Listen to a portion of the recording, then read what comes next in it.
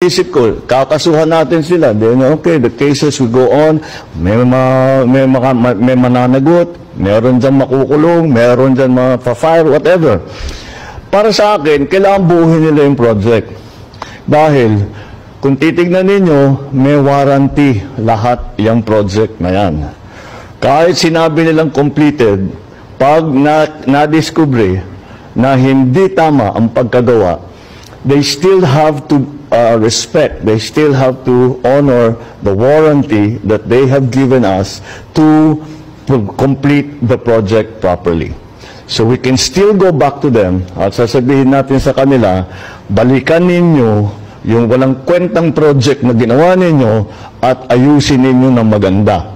Out of your own pocket na hindi tama ang pagkagawa, they still have to respect, they still have to honor the warranty that they have given us to complete the project properly.